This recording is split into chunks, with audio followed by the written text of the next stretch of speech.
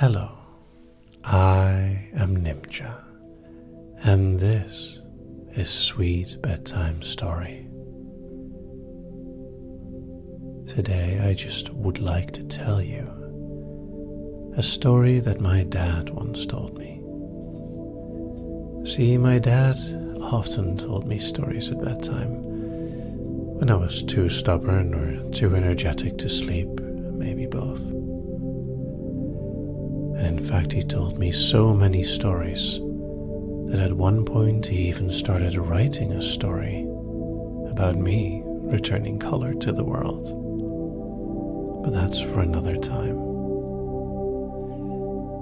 No, today's story is special for a very different reason.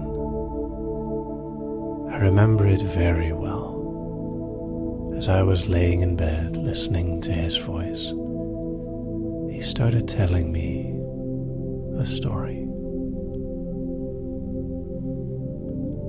Once upon a time, he'd say, because all stories should start with once upon a time. There was a little boy named Theodore, Teddy to his friends. Well, he didn't have that many friends, but most people called him Teddy because Theodore is way too long to say. He was still a boy growing up and, as such, not in complete control over his body. A little clumsy, perhaps, but with a good heart. Mostly, he just did his best. He tried his hardest in school and, well, usually succeeded where he put some effort. And if things were too boring, well, you know how it goes when you're small and the teachers might need to give you a bit more of attention in the subjects that you don't like. But that's not what this story is about. The thing is, Teddy had a kind heart. He thought the best of people. And while he was indeed sometimes clumsy and not always too careful with everything, he'd sometimes break things and he'd feel terrible about them. Once, he even broke a very old pot that one of the teachers had put in the windowsill with some flowers in.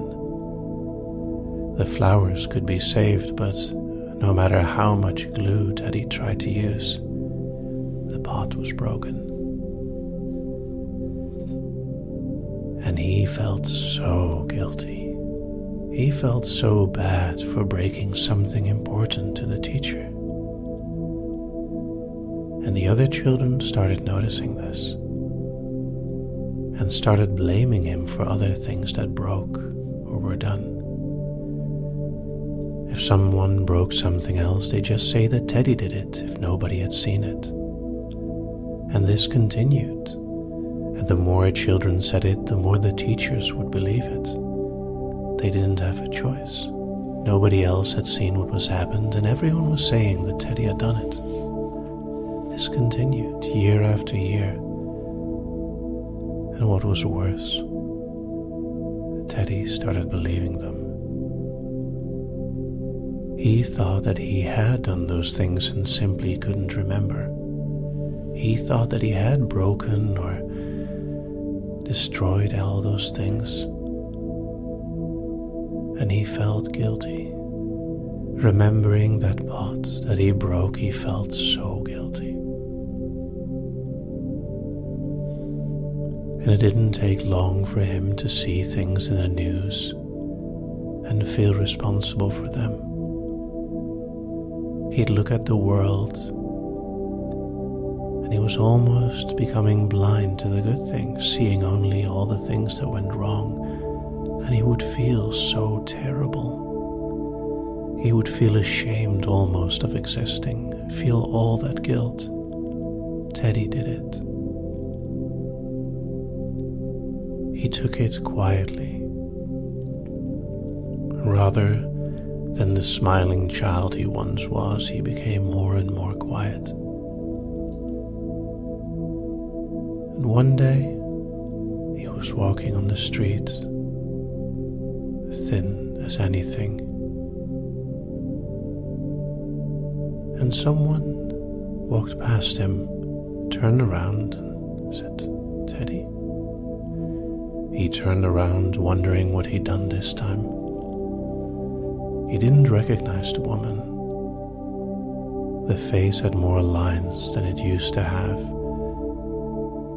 and the woman was smiling. It took him quite a while to realize it was Miss Winter, the teacher, the one whose spot he broke. She walked up to him and she said, "Teddy, I'm so sorry. I am so very sorry." He was so confused. Miss Winter told him that she knew that he hadn't done all those things, but it took so long for her to realize it. And even though the pot was important, she got an even better one after. Of course, she was smart enough not to take it to school anymore because, well, children break things. She wasn't upset with him at all. She gave him a big hug and continued walking, leaving Teddy absolutely dumbfounded. He stood there for minutes. Slowly, he started crying. He was starting to let go of all of those things. Every single bit of guilt that had been plaguing him over the years that he knew deep inside weren't his fault. And he knew that, of course, you make mistakes. Of course, you sometimes break something or do something wrong. But he was trying to do the right thing, and he did. It took him quite a while to regain his composure, and for the first time in a while, he genuinely smiled. He smiled at the world, and when he got back home, he called up his parents, and he said, "Thank you. Thank you for being my parents." He told them what Miss Winter had done, and they too were happy for him.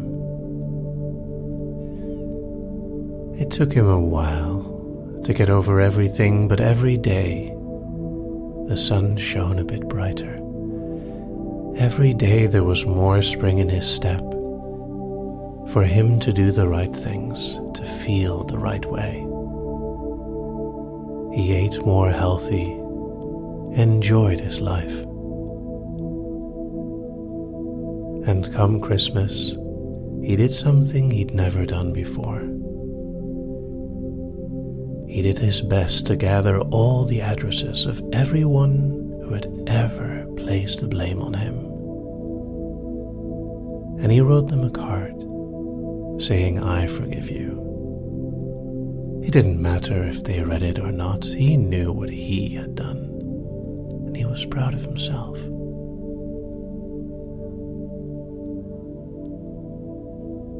When my dad told the story, I was quite confused. I hope it is of some help for you.